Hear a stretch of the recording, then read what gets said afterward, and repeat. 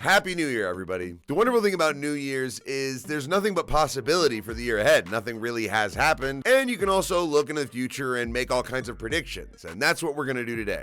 Welcome to Campfire Football. I'm Sebastian North. Let's start with the competitions. All right, the Premier League. Liverpool, not that big of a stretch at this point. They're the only ones really running away. Everyone else is struggling to survive and keep up. It's pretty obvious they're probably going to win it. Bundesliga. I think Bayern Munich are going to outlast Bayer Leverkusen, who will actually make a title charge in my opinion, but Bayern are going to have enough and get over the line. And Harry Kane will finally win a title. La Liga. I'm throwing a curveball. I'm saying Atleti are going to do it. This is a very interesting side Simeone has. They scored tons of late goals off the bench. So yeah, Atleti ahead of Barcelona and Real Madrid. On to Serie A. So Gianpiero Gasperini won his first title ever as a manager last year with the Europa League. I think he's going to follow it up in his second season with the Scudetto, and Atalanta will be champions of Italy. I know it's a stretch, but I just want it to happen so bad. Liga, PSG are going to win the league again. Moving on. Now let's go into the continental competitions in Europe. The Europa Conference League will be won by Chelsea. The only teams that I think could pose a single problem to them are Real Betis, if they get their stuff together, and Fiorentina, who actually look really good this season. But Chelsea have no excuse not to win this, so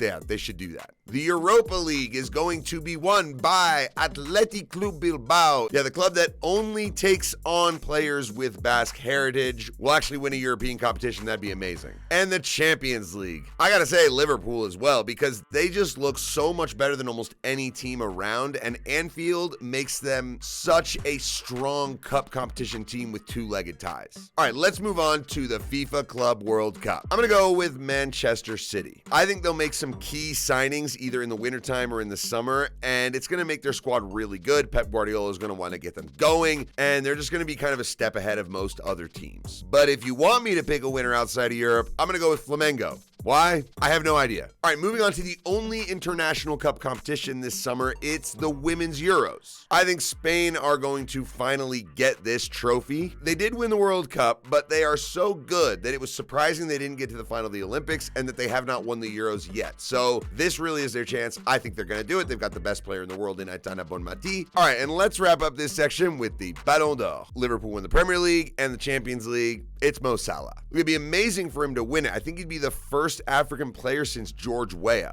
And honestly, it'd be pretty cool to see him bow out of his time at Liverpool like that. All right, so now for some more random predictions on a range of topics. Number one, the FIFA Club World Cup is going to be a dud. Disaster, I don't really know. I just think that the big issue here is going to be the crowds. The attendances are going to be light across the board. There are very few matches that you look at and go, oh, that'll fill a stadium. And those would only be with the European heavy hitters. But what I'm worried about is insanely empty stadiums for games that should never have been scheduled there. Let me give you a few examples. Palmeiras and Al Ahly are going to play at the MetLife Stadium, which seats 83,000. The Urawa Red Diamonds will play against Monterrey at the Rose Bowl. That's 90,000 seats. And then Flamengo will play against Espérance Sportive de Tunis from Tunisia at Lincoln Financial Field in Philadelphia, which seats 85,000 people. Oh yeah, it's going to be maximum a quarter full. And that's a really bad look for this tournament from FIFA. I think it has the potential to be fun to watch, but also not so much if the crowds are bad. They should have done pretty much all of these in MLS stadiums. But hey, this is more of a dry run for the World Cup from FIFA. That's the way they're looking at it, so they want the grounds that will be involved there in here, but I think it's going to make it a rough watch at times. All right, moving on. Number two, Manchester City's charges will yield nothing again.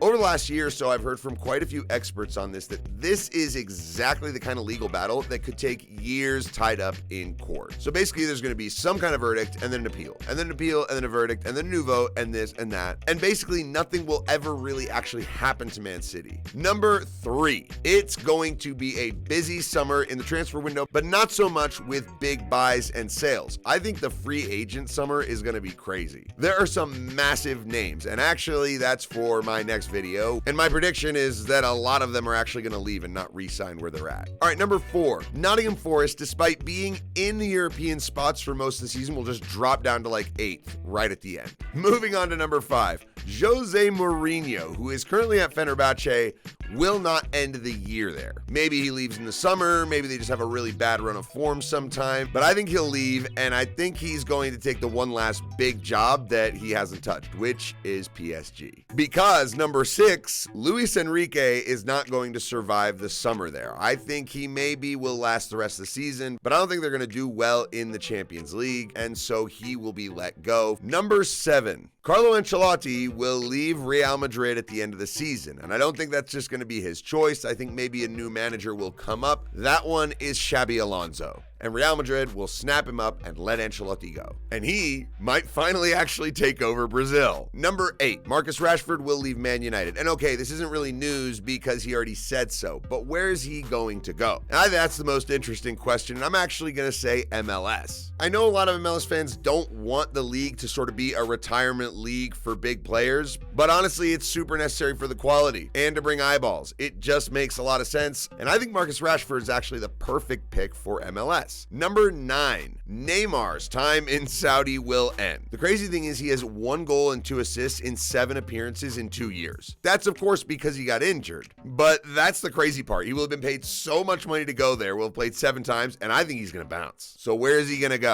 All depends really on his fitness for whether or not he can find a club in Europe. I think MLS is also a possibility. If Inter Miami can maybe move and shake some more, who knows? All right, number 10, Paul Pogba will play in 2025. The question is, who is going to take a chance on him? It's not so much that he'd be getting a bad player, it's just people would be worried about maybe the baggage, but they can also have a lot of leverage on salary. He doesn't have a lot of room here. He's just been banned for doping and he hasn't played in forever. So what's a perfect spot for Paul Pogba? Paris FC. Yeah, Paris FC. The Parisian club, who most people don't actually know exists because they're not PSG, they are actually owned by billionaires, and I think it would just be the perfect thing. And if they could add Paul Pogba to their roster, that would just be incredible. And who doesn't want to see a star like that just kind of start from the bottom? He is a legend in France, by the way, so this could go pretty well. And finally, one that I'm just putting in because frankly, I just want it to happen. The daylight rule offside, or the Wenger rule, whatever you want to call it, it will go through because we're sick and tired of people being offside by millimeters. All right, and that is it. Those are my predictions for 2025. Let me know what you think. I hope all of you who have joined enjoy the ride in 2025 with me. Hopefully the channel continues to grow. I appreciate all of you who are here. I'm Sebastian North. This is Campfire Football. Take it easy.